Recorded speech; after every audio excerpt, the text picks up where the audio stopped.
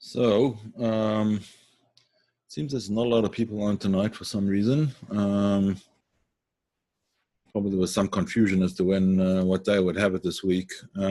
Just be aware, before I say anything else, that next week on Thursday there will not be a class. Next Thursday won't be a class, the Jewish New Year or Rosh Hashanah, and there won't be a class that week. There will be hopefully the following week. Okay, we have a choice. I wanted to talk about the beginning of all existence tonight, but since there are not really a lot of people on, we could also just do a Q&A session, a question and answer. So if you wouldn't mind just clicking up the chat box over there and let me know what you would prefer. Just call it the topic or question and answer, Q&A. Just let me know what you would prefer, and then we'll do that. Original topic. All right. So far, original topic. Okay.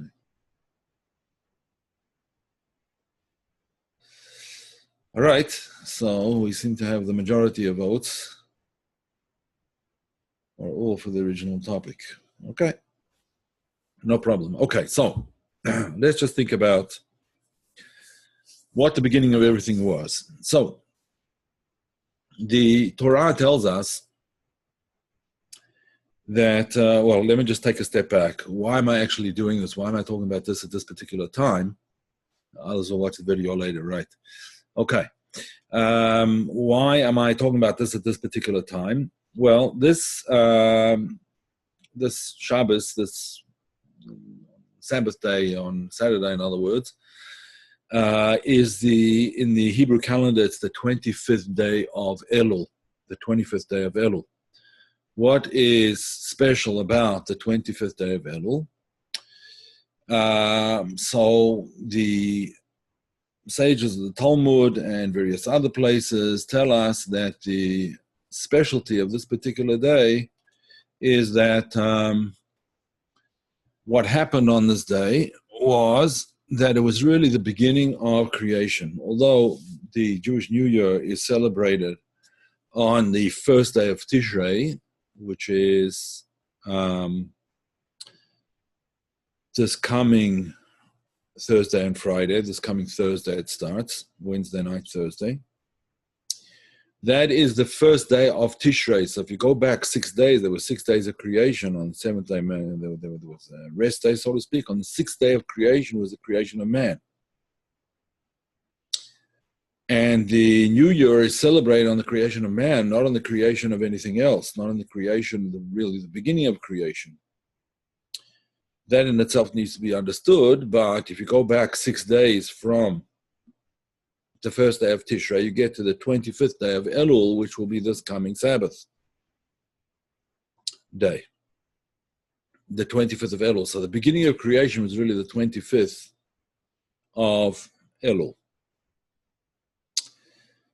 Now, what was created on that day? So the Torah, the scripture says as follows. In the beginning, God created the heavens and the earth, etc., etc. And then it says, Vayom Elokim Yehi Or, Vayehi Or. God said, there shall be light, and there was light. It's usually translated in English as, let there be light. But let there be light, I don't know, has a funny connotation of sort of somebody else is letting. It's not, so I much prefer to translate it as, there shall be light. Yehi Or, there shall be light, and there was light. Now, I mentioned this before in various classes, but the Zohar, the classic mystical text of Judaism, the foundational text of Jewish mysticism, the Zohar. So the Zohar explained, written by Rabbi Shimon Bar Yochai and his students. So he explains over there that, first of all, the whole concept of creation, although it included the creation of time, because prior to this there was no time as such, there was no time, because there was no space, there was no time. Time is a measurement of space, and space is, in a sense, a measurement of time, you could say. as we know from later physics. But the whole concept of the beginning of creation, the first day of creation, where it said, God said, there shall be light, the Zohar points out that this utterance, the world was created through 10 utterances corresponding to the 10 Sfirot. The 10 utterances took place over 6 days. So the 10 Sfirot, and in fact, it's important to point out the 10 Sfirot, the 10 divine emanations. So these 10 Sfirot, it's important to point out that or the Zohar points out that it doesn't say that the world was created in 6 days. B'sheishes yomim. It doesn't say the world was created in 6 days. It says the world was created 6 days. In other words, 6 qualities. It doesn't completely deny the concept of that the world was created in 6 days. But certainly the Zohar points out that it doesn't mean days per se, it means qualities. These were the qualities of each day represented a certain sphera or cluster of sphirot that were created.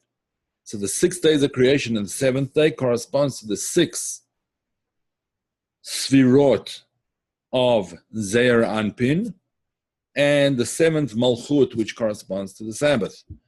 Let me just get up a... what happened to it? I had it before, it disappeared now. Here we are. Okay, good. All right.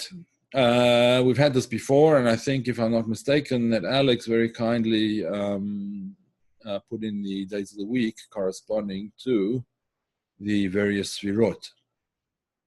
So Chesed is Sunday, Gvura Monday, Tiferet Tuesday, Wednesday, Thursday, Friday, etc., corresponding to the 6 Sfirot, and then Malchut, the Sabbath, the Shabbat. Okay. Good. The first thing that was created, however, was light.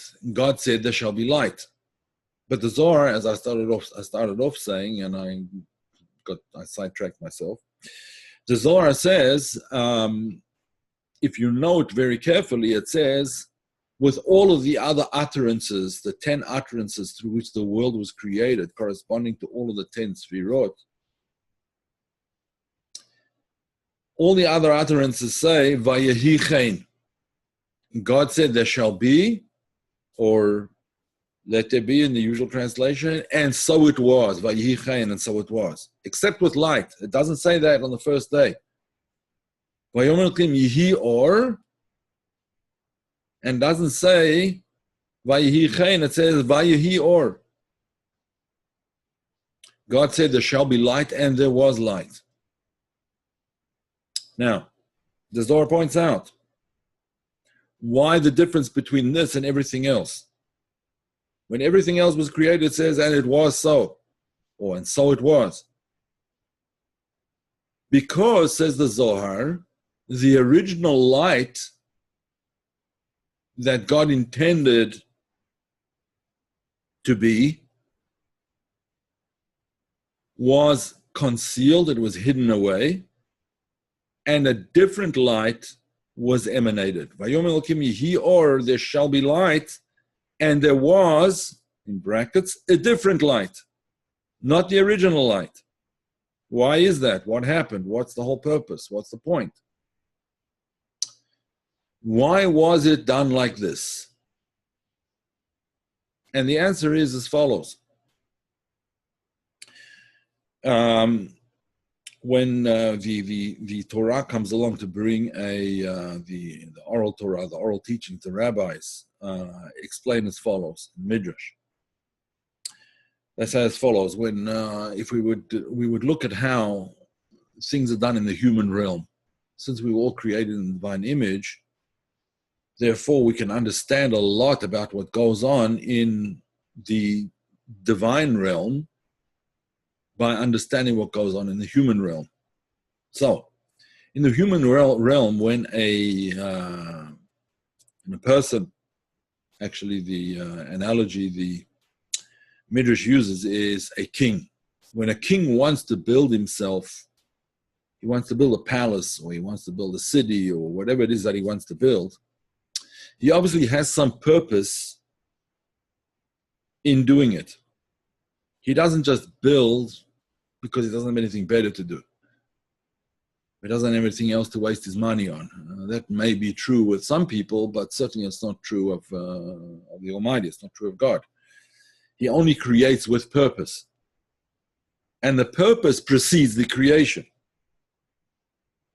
So when a king discovers that the apartment, so to speak, he's living in is too small for him, he's now got all this whole world, so to speak, that he wants to that he wants people to occupy and wants all of creation to occupy. So he needs to build himself a palace. In other words, not the need, but the purpose came before the creation. So, says the Zohar, the purpose of creation is there shall be light. Or, as the way the Zohar goes on to explain, the light that shall be. That shall be in the future. So God said, there shall be light in the future.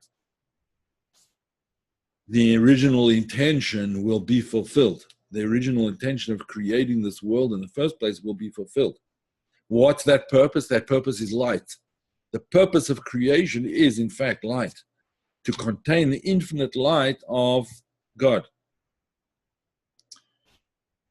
But in order to be able to do that, so Vayahi Or, there was a different light that was created. A light that can be used practically in a creation that doesn't yet know what its purpose is. A creation that has to learn and understand what its purpose is in order to be able to move towards it. So, the light that will be in the future, and the light that was, in fact, are aligned with one another. The intention of creation and the process of creation are aligned with each other. The intention of creation, again, is for there to be this infinite revelation of the infinite presence of God. In other words, the infinite revelation of there is nothing besides Him, and or milvado in the Hebrew. That's the purpose.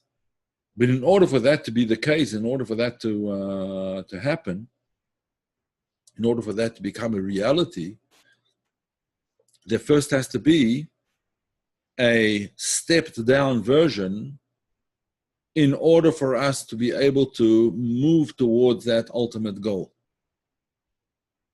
God did not want to do it Himself. He wanted us to do it. That's why He created a world. He could have made the light revealed in creation without any further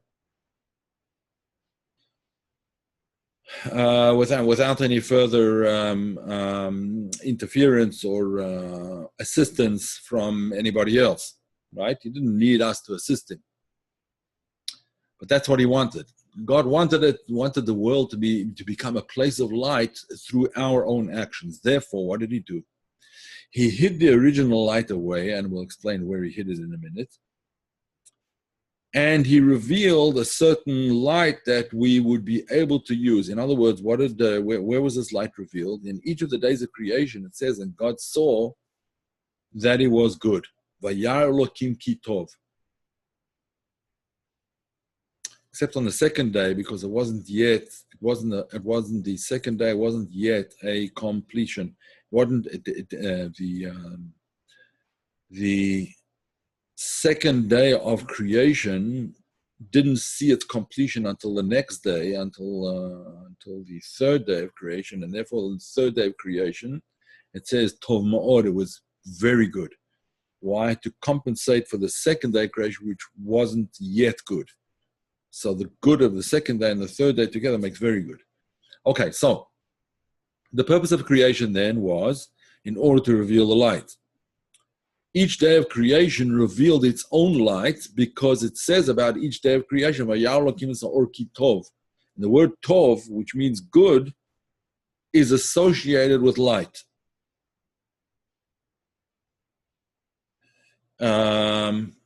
As it says, for example, when Moses was born, it says the Vayar ki tovhu, they saw that he was tov, that he was good. And the commentators explain, what does that mean? That as soon as when he was born, the house was filled with light. Because Moses was such a saintly person that the house was automatically filled with light when he was born. Light and goodness, or and tov, are related to each other. Now, what happened to the original light? We said it was hidden away. Where was it hidden away? So the sages tell us that it was hidden in the Torah. It was hidden in the Bible, in the biblical word, not only the Bible, but all the biblical works. In the Torah, in the teachings. The Zohar and Kabbalistic works come to tell us that it was hidden specifically in the inner dimensions of the Torah. In other words, in the mystical dimensions of the Torah, which are the inner dimensions of the Torah, the inner teachings of the Torah. That's primarily where it was hidden. In order to be able to reveal it then, we have a paradigm. The paradigm is that we have to look at the structure of things the way they are in the Torah in order to be able to reveal them in the world. In other words, there's a certain law and order, and certain values, certain priorities, certain goals, which are already embedded in the teachings in order for us to be able to understand how it is that we need to go about things in order for this to be a world which will eventually reveal the divine light, which will eventually reveal the oneness and perfection of creation. Part of that process is to be able to see the good within every day of creation. I was reading a story, a very interesting story actually, that about a man who was, this was during the time of Tsarist Russia. He was an extremely wealthy man and very generous as well. And he helped out a lot of people. And he was, unfortunately, the Russian Tsar at that time was a person who was extremely greedy, and he would find any pretext that he could to confiscate people's property. And he didn't really need an excuse. He was the Tsar. The Tsar was all powerful. Anyway, he got everything confiscated. Everything was taken away. Everything was taken. He was left destitute. Didn't have anything. Everything, his house, all 9 yards. But this person was didn't seem to really affect him. So he was asked, someone, an acquaintance, a friend of his, asked him, "What's wrong? What happened? Did you get your wealth back? Did the Tsar relent and give it all back to you, and so on and so forth?" So he laughed and he said, "No, they didn't give it back to me. You know." Well, how are you so happy then? So he said, "Look, I was happy when I had it. So, God gives, God takes away, right? When I had it, I was happy. I shouldn't be happy now and that I don't have it. Is that what made me happy? No, I was happy in the fact that I was able to help other people. I was able to do good things. I was able to live a lifestyle which showed that my values are divine values. And now that I don't have that wealth anymore, should my life not still exhibit those divine values? It's just different now that I don't have the money, but it shouldn't make any difference to me." And that's the way he conducted his life. So, the purpose then of daily existence, the daily grind as we often call it, And it does seem to grind us down to a certain extent. We have to be aware, however, that the very beginning of all existence, the first thing, the intention which gave rise to the creation, the intention was Yehi Or, that there should be light. Yes, it's true afterwards. Afterwards it says that there was darkness and so on and so forth. There was darkness, there was negativity. It does happen. We know that there is. We can't be blind to the fact that there's darkness and negativity and bad things that there are in the world also. But we don't have to always look at that. We can look at those aspects of creation that are tov, that are good. We can look for the good within people around us, within the world around us, within events around us. And you could look at them in two, a person could look at them in two different ways, the half empty and the half full glass. It's a matter of training, it's a matter of teaching ourselves to always look for the good side of things, not, when we say the good side of things, doesn't mean to say, well, it could have been a lot worse. Of course, it could have been a lot worse, but that's not the way to look for the good in things. The way to look for the good, to find something that's intrinsically good about the situation. Now, it's not always true that we can find what's intrinsically good in the situation. It can happen that we don't understand what's good, and maybe only later on it will be revealed to us. I've told you many stories about this. For example, when Rabbi Akiva was not allowed into a city, and the city was attacked during the night, and people were robbed, and people were killed, and so on and so forth, and he was out in the fields, nothing happened to him. We know that that story, and the story of a friend of mine who was on the bus, and someone put a knife between his ribs and demanded his money. And later on, many years later, he was in Israel, and he remembered someone invited him to the back of the bus, and he remembered that he made a vow at that point in time never to sit in the back of the bus, and that bus was blown up, and his life was saved as a result of him not sitting in the back. There's many, we can all find in our own lives many examples of such things. I don't want to repeat myself, but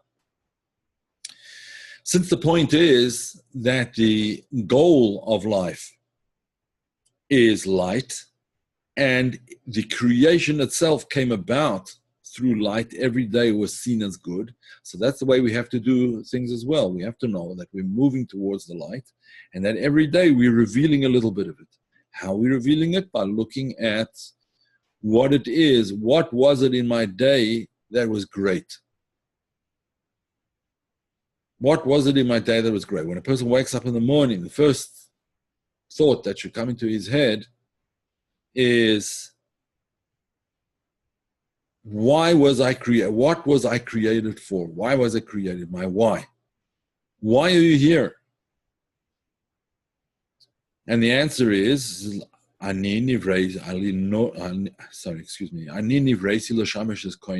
created in order to serve my Creator. In other words, to serve the purpose through which He created this world, through which He created us, created you, created me. What's that purpose? Again, that purpose is to make the world into a divine place as far as it's possible in this human existence. That's my first thought in the morning. And as I go through my day, I remind myself every time that even in the midst of negativity, in the midst of difficulties and hassles and frustrations and so on and so forth, there's good in this too. And it's a matter of clearing away the darkness to find the spark of light that's hidden in it. So, that is the beginning of all existence, and that's the purpose of all existence. And that will be, in fact, the end of all existence. In order to uncover that, so the best thing to do is to learn Kabbalistic works, in particular, because that is the Zohar. If you notice, many of the books of Kabbalah are called one form by one word or another, which means light. The word Zohar itself is one of the 7 expressions of light. There's another work called Sha'arei Oira, the gates of light. Torah Oir, the Torah of light, the teachings of light, and so on and so forth. Because that's what we're after. And the soul itself is also called a candle. The soul itself is called a candle. Ner Hashem Nishmas Adam. God's candle is man's soul. And what are we here to do? To light up the world. So Terry asked the question, could it be that the desire to receive the light shall be transformed into the desire to share the light? Terry, that's a fundamental point. It's an excellent point, and that is exactly true. One of the expressions of the sages is says ner le'echad ner le'mea, right? A candle for one person is a candle for 100 people. Why? Because when you light up a room, when you light a candle in a room, it's not just so that you can have the light. Anyone in the room can share the light. Anyone in the room can share the light. And in fact, it's not just that you're lighting for the candle for yourself, and therefore other people will be able to see the light as well. They'll be able to enjoy it. But the point I think that Terry is making, correct me if I'm wrong, but I think the point of that Terry is making is sharing that initially. The intention of sharing it is what you have with somebody else is making light. That in itself is a fundamental point. Sharing the light is it's not just for me, and the rewards are not just for me, and the Garden of Eden is not just for me. If we're all in this together, and we can't do it on our own. Have you ever seen a big company, take a company like Apple, Microsoft, one of these, Google, whatever, one of these enormous companies with thousands of people? Every person over there, at least in theory, every person has a certain function to perform that's his or her job. It's not somebody else's. And if they don't do their job, I guess somebody else will have to do it, but it'll slow everything down and it won't work properly. So we all have to work together in order to bring this into reality. That's a very important point. And also fits in with the different days of creation. Each day manifests another sphira or another cluster of sphirot.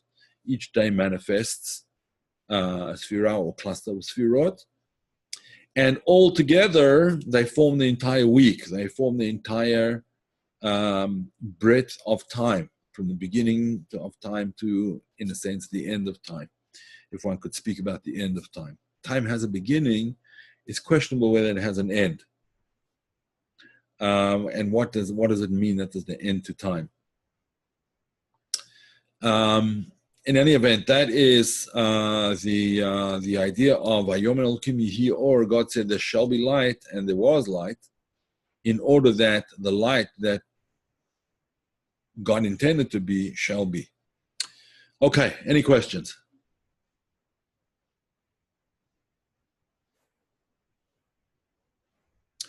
I know Dennis had asked me to talk about the connection of the body and the soul. I think that I would like to do that next class around, because it'll be after the Jewish New Year, after Rosh Hashanah. And that's the time to talk about it, because it's after the creation of Adam, the creation of man. What is Nesira? Okay. Nesira can be explained in various different ways, but basically what it is as follows. Let me just get a diagram of the Sfirot onto the page, and you will see what Nesira is shortly. Okay. It says that in the beginning of creation, Adam, and Chava, Adam and Eve, were created as one being. They were created as one being. But God says it is not good for man to be alone. In other words, it's not good for man to be singular. He needs a partner. We need a partner in everything that we do. Fits very well with what Terry said. We need partnership. In order for there to be partnership, so there has to be separation. There have to be two individuals. So the Torah describes this as God took part of Adam, his his tzelah. The tzelah is usually translated as rib, because that's a modern word for rib, or it's not even such a modern word, but it's one of the words for rib, but it doesn't necessarily mean that. It means the side. God took Adam's side. There was two sides to Adam. There were two sides to Adam, and he took he took one of the sides and he separated from the other side, right? In other words, he took these two combined ideas, these two combined things called Adam and Eve, and he separated them so there should be two different things. That is the Nesira. That separation is in the Nesira. That's the way the Torah describes it. In technical terms, let me just make this a little bit smaller. And even smaller, 1 second. There we go. Okay. So in technical terms, that means the separation between Zer Anpin, which is these 6 Sfirot, Chesed, Gvura, Tiferet, Netzach, Hod, Yesod, from Malchut. In order that Malchut can be a separate entity. Malchut can become a separate entity, so that there can now be, instead of a yichud, a unification, which is called back-to-back, in other words, facing away from each other. Now that Adam and Chava, Adam and Eve, Zoh and Malchut are separated by the Nesira. Nesira literally means to saw apart, to saw apart. In Hebrew, modern Hebrew, the word for saw is a nasor, from the word Nesira. So that separation between Adam and Eve, between Zoh and Malchut, which were back to back, the purpose of that is in order to bring them face to face, so that the yichud between them can be one of knowledge. And when we say knowledge, we don't mean as is usually understood carnal knowledge. We mean yichud in the sense of a harmonization of two different principles. Zoh and Malchut are different. There was a book, I think, called Men Are from Mars, Women Are from Venus. Men are from Mars, women are from Venus. So that was that's like Labdil, to make a distinction. It's not exactly the same thing, obviously, but that's the idea of men and women, Adam and Chava. The point is that they are different, and their differences are not irreconcilable. Their differences are meant to be harmonized into a single unit. Prior to the Nesira, prior to their separation, it said that each of them was facing in a different and an opposite direction. They were facing away from each other. They were back to back. The point of the Nesira is to bring them face to face. Now, the same thing is true of the soul and the Almighty. The soul is separated from God, so to speak. It's never entirely separated, but it's separated from God in its own experience and its own feeling when it's brought down into the body, when it's invested in a physical body. And the purpose of that is in order to turn towards God, or if you want to put it this way, to return to God, face to face. Just like it was, it says about Moses, Panim el Panim diber Hashem imachem. God spoke to you face to face. That was at the time of the giving of the Torah.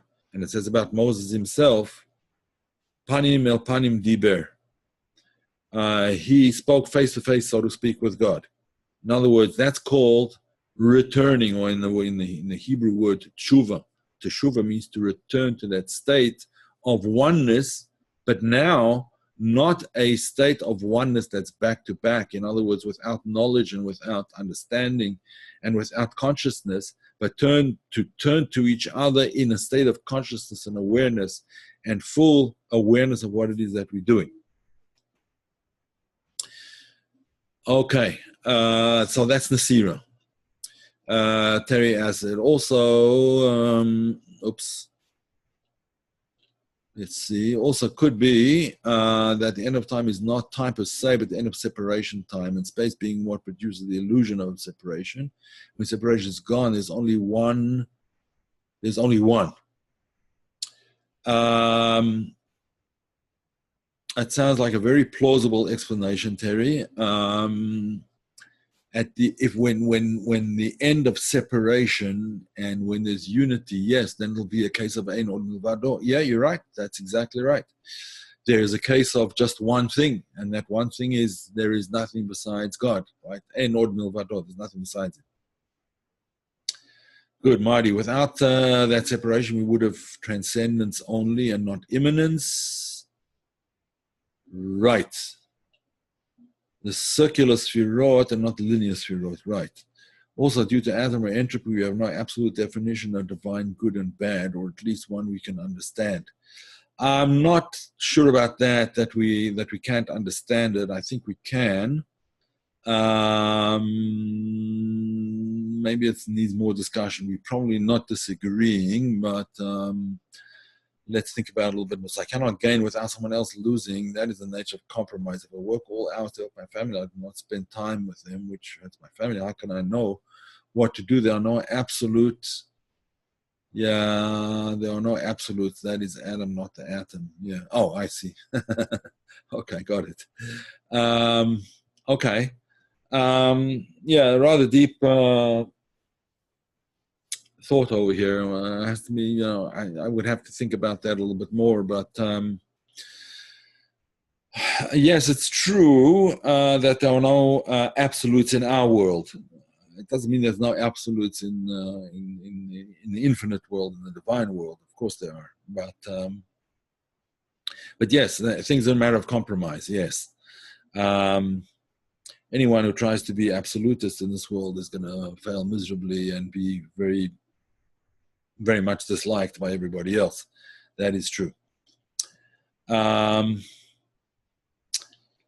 Okay, good. Any more questions? Okay, folks, we'll leave it at that for today. I just want to mention, I sent an email out to a few of you already saw on my Facebook page. There's a friend of mine, a good friend of mine, who's fallen on very hard times, unfortunately. He's a person who dedicated himself basically to, dedicated his life to other people, and he's fallen on very hard times right now, and he's in quite desperate need of money to pay back loans that he took, and so on. And so unbeknownst to him, I'm doing this. He doesn't know that I'm doing it. So if any of you know who I'm talking about, don't say anything to him. I'm trying to raise a little bit of money for him. I know he has a very major debt that's just crushing him. If anyone wants to help, I can just send you the link over here. You can use a credit card. It says his name there, but there's the person's name. But if you can sort of ignore his name, just know he's a very fine person, and he's trying his best. If anyone can help, it would be tremendous. Whatever it is, it's there's no minimum amount. And as I said, he doesn't know that I'm doing this, but I hope I'll be able to present him with the whole amount so that he can rest easy. It's also on my Facebook page. If you can look for me on my Facebook page, you can do it there, but he has the button to do it. So that should lead you to the youcaring.com. Okay. Terry asked another question. Thank you so much. Good New Year to a good New Year to all of you. May you all have many, many blessings and many good things. Someone asked a question before. What does the world run on the first night of Rosh Hashanah? That's good. It runs on the why is Alex asking this question? Because all the light that was invested in the previous year is mistalik. It returns to its original source on the first night of the new year. And it's only the next day that a new light comes down, a brand new light that was never in creation. Chapter 14 of Igeret HaKodesh in Tanya, if anyone wants to look it up. It'll explain it to you there. Chapter 14 of Igeret HaKodesh, you can find it on Chabad.org. In Tanya, Igeret HaKodesh is part of Tanya, the fourth part of Tanya. And so what happens is, although it returns up above, nevertheless a radiance is sufficient for a radiance of it that remains. It's called a roshim, really, or an impression remains of the previous year, and that and that is what gives all of creation its life until the new manifestation comes down, until the new paradigm is revealed, so to speak. There are some of you who have already donated generously. Obviously, I'm not talking to you if you already donated. That's beautiful. Just anybody who can, and it's something that will be, I'm sure, greatly appreciated by this person. So it will certainly be appreciated by me to be able to help him out. Okay.